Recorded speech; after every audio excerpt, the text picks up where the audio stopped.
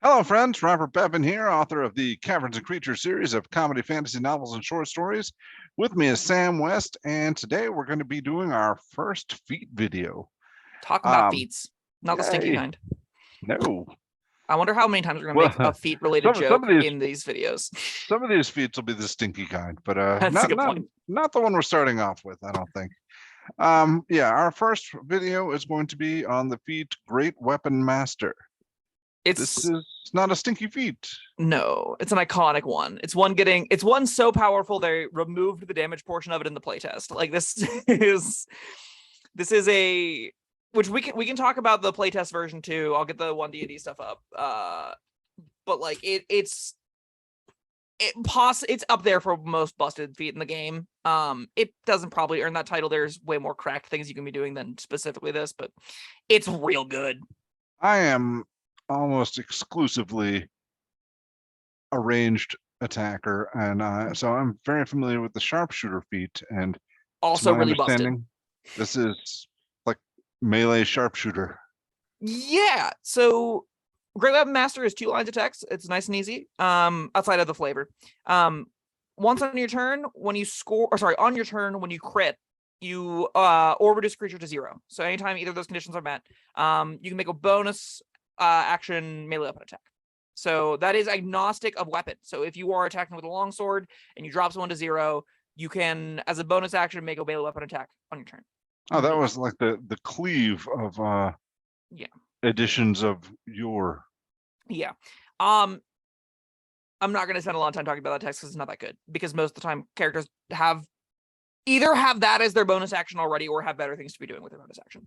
The other part of the text, though, is really, really, really good. This text is bananas. Before you make a melee attack with a heavy weapon, that's an important word. Doesn't care about two-handed, does care about heavy, though. That you are proficient with, you can choose to take a -5 penalty to the attack roll. If you hit with that attack roll, add 10 to the attack's damage. That is so much damage. That is an egregious amount of damage to stick on a feat. Like, for reference, the Greatsword, which I think is probably the most iconic weapon to get used with this, does 2d6 slashing damage, which is on average 7. Add your strength modifier onto the first level character, probably +3. That's 10 damage, right? That's pretty good. Mm-hmm. That's a whole weapon hit. Double that. And that's what Great Weapon Master does. You're taking a -5 to hit to double your attack's damage. Outrageous. And then if you crit, does the extra damage get multiplied? Only multiply dice. So this will not multiply the Great Weapon Master, or Great Weapon Master, which is a blessing. This feat doesn't need to be better, because turns out the exchange rate for -5 to hit for +10 damage is really loaded in the player's favor. That is a heinous amount of bonus damage to stick on for what is usually, like, it isn't exactly statistically 25% chance less to hit, but it's 5 less outcomes than the dice hit, and instead you get 10 extra damage. You can consider it, I think, very often to be you hit 25% less of the time, but your hits do double damage. Or even to put it in even better terms, you hit 25% less times, but you attack twice every time you attack once. You literally are getting double the effectiveness and making double the damaging attacks if they're hitting only a quarter less. And if you look at that, 200% damage for 75% hit chance is a really good exchange rate. Yeah. I got one more question. Or I'll probably have several more, but one more immediately springs to mind. Right. All right. So you announce ahead of time, I'm going to take the -5 penalty to hit, double or add 10 to my damage, and I do crit. Hiya. Okay, I crit. I did a bunch of damage. Now I get a bonus attack. Does that also apply the -5 + 10? So the only time you're going to care about the -5 to +10 is anytime you make an attack. It doesn't care if it's your turn. If it doesn't care if it's your bonus action, it doesn't care if it's part of your attack action. If you're making a melee weapon attack, you then get to pick -5 or +10. Oh, it is on every single attack independently. So if for some reason on your turn you make 2 attacks and you're like, this thing we know is really low, I don't need to risk taking the -5, which is the only possible moment you should ever consider not taking the -5. you can say, okay, great, I will take not the minus, I'll attack regularly this first one. Let's say you hit it and kill it. Then you can go to the next one and say, okay, great, we got to reduce this thing's 500 hit points down. We're absolutely great weapon mastering that. And you can pick and choose on every single attack roll you're making. Okay, cool. What else? Who is this for? Everyone? If you have one of the heavy weapons, it's for you. Yeah, so this is not usually for me then. Yeah. Well, and I mean, like, so the classes that care about that, it's hard, right? This is kind of a feat that warps the martial game. Like, if you're playing a martial character, you're like even remotely trying to optimize, you have to ask yourself, how is what I'm doing going to be better than a great weapon master build? Or should I be doing a great weapon master build, right? Those are kind of your two routes to go. Is great weapon master or something else. And this puts you in this spot where the weapons really matter. So in particular, you've got glaives, great axes, great swords, mauls, and halberds are your 6 total weapons that work with this feat. Great swords and mauls do 2d6 damage apiece, so those are the ones you're going to prioritize most of the time because 2d6 is on average better than a d12. You get a higher average, you get a higher floor, you get a lower or same ceiling, so it's like most of the time you're getting better results.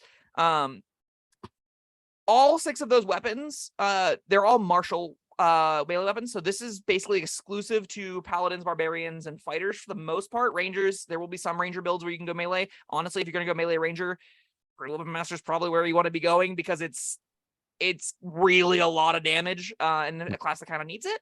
So all of those classes are going to be like this easy starting point where you can say agnostic of build, regardless of down the road, like what I'm planning to take subclass wise. If I'm just a variant human grabbing a feat first level and I want to be a monster that kills shit, you can comfortably say in one of those 4 classes, I'll take great weapon master and pick any of these weapons. Again, probably a great sword, and you'll have a very good time.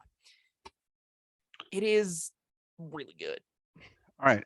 Now, you're saying probably a great sword, but I noticed at least 2 of the weapons you said in there, glaive and halberd.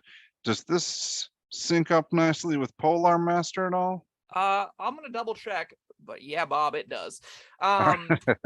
So polearm master as a feat cares about you wielding, what do you know, a glaive or a halberd. Hey, how about that?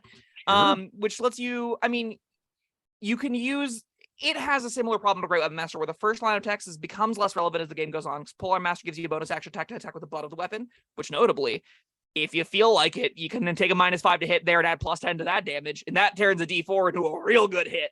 But what the more important thing that it does is anytime something moves within your reach, you get an attack of opportunity on it, which means basically if you take Polearm Master with Great Weapon Master, you now are getting an extra attack every single turn so long as something is moving within your range.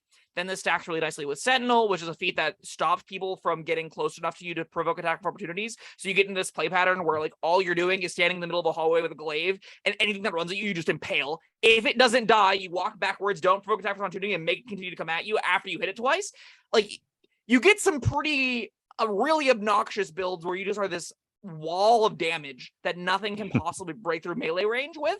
And Great Weapon Master, Polearm Master, and Sentinel all line up really nicely if you're using the glaive or the halberd. So that is a real direction you can consider taking those characters. Now, fun fact, if you play a barbarian, you can recklessly attack when you do that, which gives you advantage on the hit. And because most of the game's mechanics are weighted on the d20 roll, it's going to determine most of the outcome. Advantage means the -5 matters a lot less, especially if you're more likely to crit, you're more likely to roll your 19s, 18s, 17s, which are going to hit regardless. And you get into these circumstances where it's always correct to be recklessly attacking, and you're always taking -5, and you're just hitting like a truck round after round after round with reach. You could do some yucky stuff with this feat.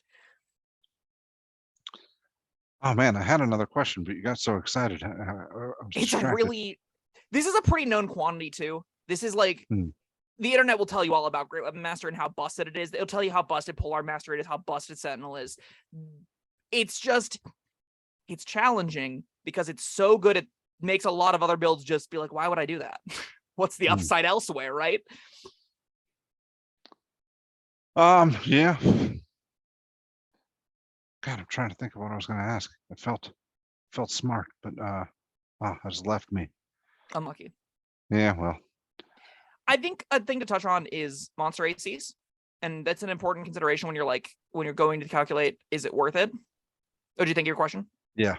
All Hit right. me with it. We'll get to the All ACs right. later. All right. Yeah. Thanks. I want to, before I lose it again. Mhm. Yeah. It is a straight up plus 10 damage.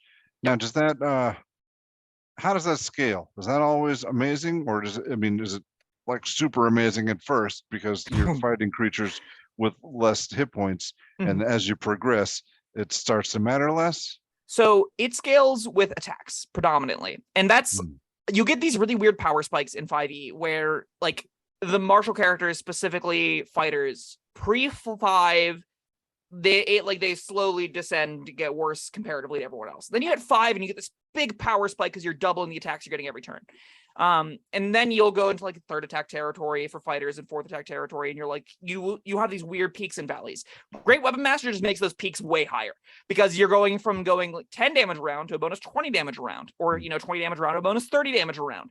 And being able to divvy those up is very important. So like scaling wise, it's amazing at the first early tier of the game, because in the early tier of the game, doing 20 damage to something kills most things CR1 and under. That just outright dunks on like the majority of the monster manual's low CR stuff. If you ever hit a CR1 quarter or less monster with a great sword that is hitting with Great Weapon Master, it's dead, just on the spot, flattened. In the mid tier, you're having its HP, and when you're making 2 attacks, you're killing it. What do you look at that? Now you're taking CR2 and 3 monsters with 50 to 60 HP, and you're being like, yeah, I got this. Okay, I'll just action surge, dunk 80 damage into this thing, and the round's over. Now, pair this with Divine Smite, so those hits are getting a bonus 2d8 damage on top of that, or 3d8 damage on top of that, and you're like, oh, yeah, this just novas and does 130 damage in a round, so as I hit twice, best just get advantage of those attack rolls and make that happen. Easy peasy. The scaling wise, it's great at all tiers because of the way extra attacks work. It gets a little bit worse in the upper tier. A little bit worse in the upper tiers comparatively whenever you're looking at characters that aren't getting 3 or plus attacks, 4 plus attacks. On those kinds of characters, it kind of like stagnates out, but you're getting normally trade-offs. Like normally that's a paladin that's getting upper level spells, so you're dunking more damage into smites, so you're getting some other payoffs there. Right. But if you're an attack-based class that gets more than 1 attack, as more than 2 attacks as you scale, specifically fighters, holy shit, Great Web Master kills things. It just keeps getting better and better because you keep getting more attacks with it. Awesome. All right, well, what were you saying about the AC now? Sure. So I think an interesting little experiment to think about with Great Web Master is looking at ACs of things. So out the gate, a character making an attack with no proficiency or anything is most of the determination as to whether or not you hit the D20. Because most of the time you're hitting things that are around AC like 11 to 15 is the range. So on 15, you're hitting a quarter of the time. On 11, you're hitting about 50% of the time, right? You can consider that against lower AC creatures, they're going to probably instantly die to Great Weapon Master. Their AC is probably going to be 11, 12, or 13. You are starting with a +5 to hit because you get +3 from your strength.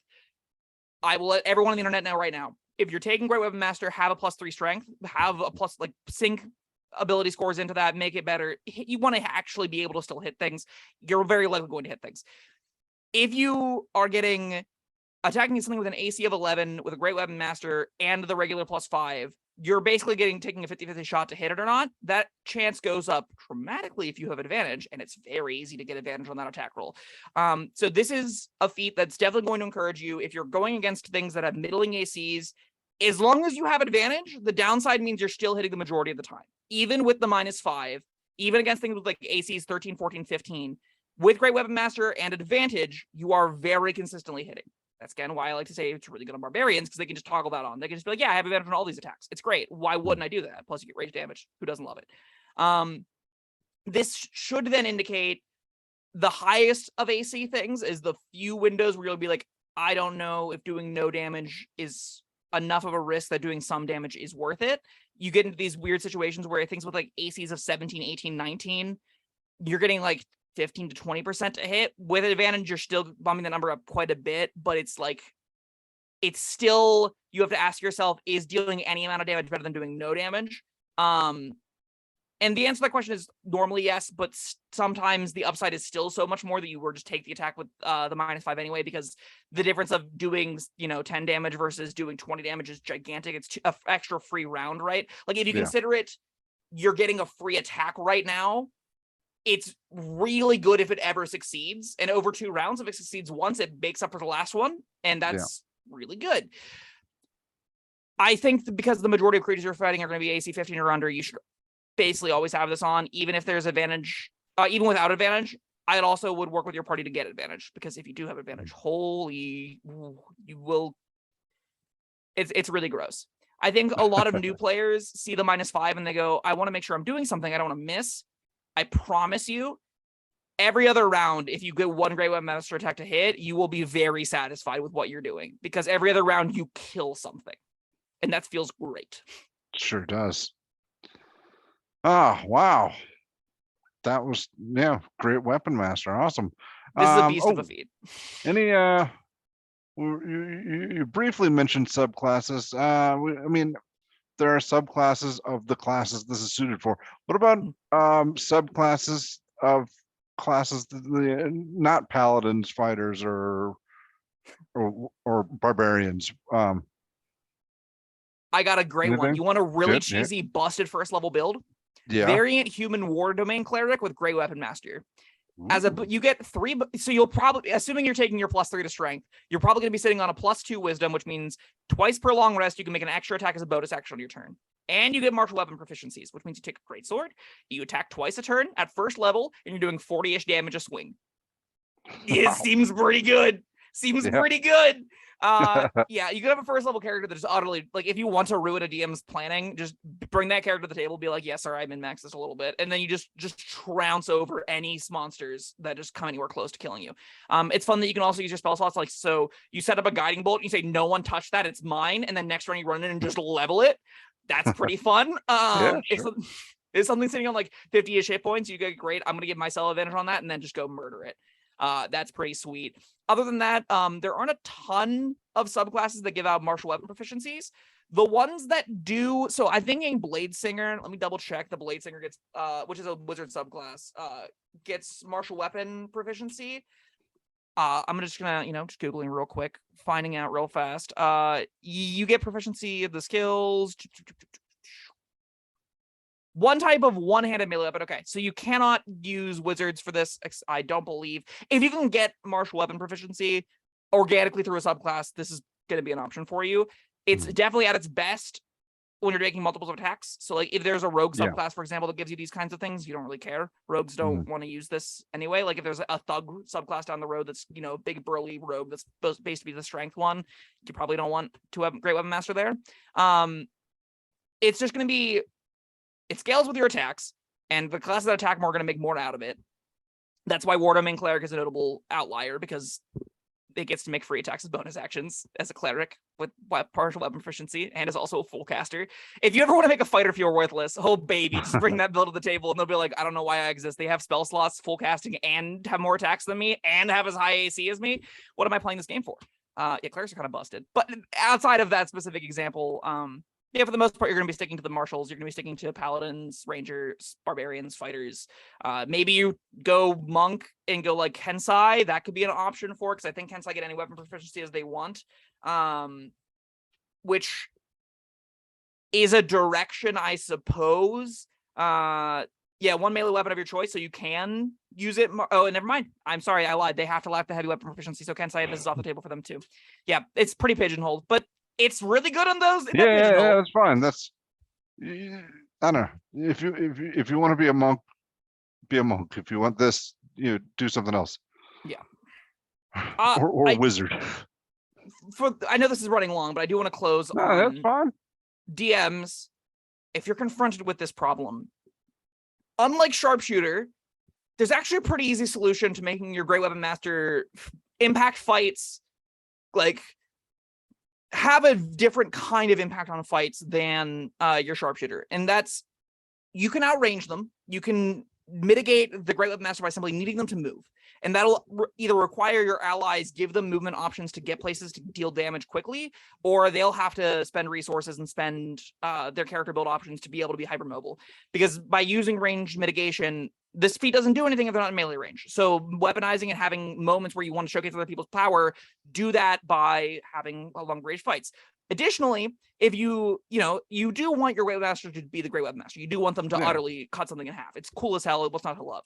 Small HP things, it's ghoulish overkill regardless, right? There's not, if you send 40 10 HP monsters at them, they don't even necessarily need to be Great Weapon Mastering. They can still just cut through them.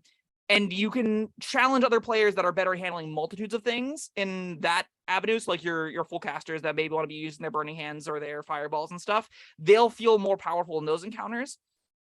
It actually, I think, has a really easy balance lever to make all your players in your party feel like they're contributing, even in a really power gating build like this.